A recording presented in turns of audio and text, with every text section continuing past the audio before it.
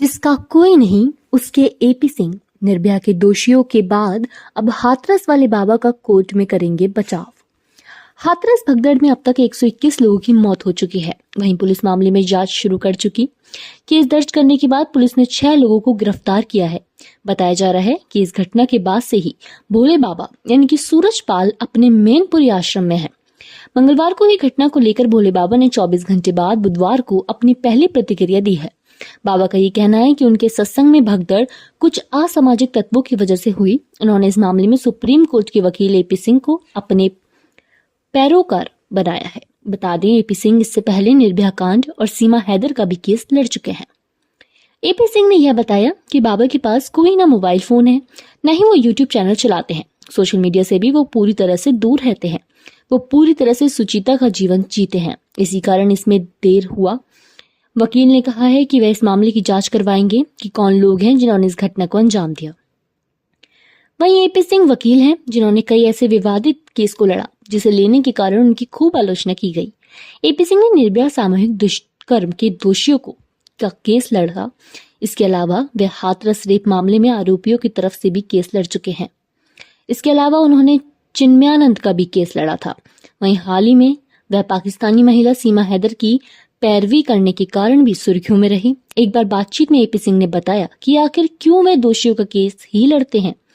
वकील एपी सिंह ने जब ये सवाल पूछा गया उन्होंने निर्भया के दोषियों का केस क्यों लड़ा, तो उन्होंने बताया कि वह इस केस को अपनी मां के कहने पर लड़ रहे थे। उन्होंने बताया है कि 2012 में जब वह एक दिन कोर्ट से लौटे तो उनकी मां ने उन्हें यह बताया कि एक महिला अपने 4 महीने के बेटे के साथ घर पर आई थी। वह काफी परेशान थी, तुम उनका केस लड़ लो। इसके बाद ही उन्होंने निर्भया के दोषियों का केस लड़ा। तब उन्होंने अपनी मां से कहा कि मां, ये तो बहुत बवाली केस है, पूरा देश इसकी फांसी की मांग कर रहा है। तब उन्होंने बताया कि तब तो निर्भया की मौत भी नहीं हुई थी। इसके बाद उनकी मां ने ये कहा कि तुम्हारा काम वकालत करना है, ये तुम्हारा पेशा है, तुम लड़ो। इसी दिन के लिए मैंने तुम्हें वकील बनाया। आखिरकार उन्होंने ये केस लड़ने का फैसला किया। इसके बाद से वे आज तक मां के कहने पर ही अपना काम कर रहे हैं। एपी सिंह ने कहा कि उनके परिवार को सोशल मीडिया पर क्या क्या लिखा गया ये कोई नहीं जानता। किन परिस्थितियों से गुजरा हूं कोई नहीं जानता। क्या वकालत करना अपराध है? 2012 से कभी सुप्रीम कोर्ट, कभी पटियाला कोर्ट, साकेत कोर्ट तो कभी हाई कोर्ट में सुनवाई हुई।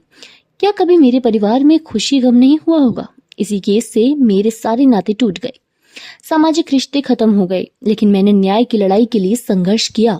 उनका दावा है कि उन पर दबाव बनाया गया था, खरीदने की कोशिश भी की गई, सरकार और राजनीतिक दबाव बनाया गया, लालच दिया गया, लेकिन वह कहीं कमजोर नहीं पड़े। उन्होंने यह भी कहा कि वह चिन्मयानंद का केस भी लड़ रहे हैं। वह एक दिन अपने गृह जनपद शाहजहांपुर पहुंचे तो उनका काफी विरोध किया गया। लोगों ने कहा कि यहाँ भी बलात्कारी को बचा रहे हो और दिल्ली में भी, क्या सारे बलात्कारियों का ठेका तुमने ही ले रखा है? इस पर उन्होंने कहा कि वे चिन्मयानंद के कॉलेज सुखदेवा से पढ़े हैं, इसलिए उनका केस लड़ रहे हैं। ऐसा करके वे सिर्फ अपना फर्ज ही निभा रहे हैं। धन्यवाद। ऐसे ही और ताजा तरीन बेहतरीन खबरों के लिए देखते रहें आजकल वेब टीवी।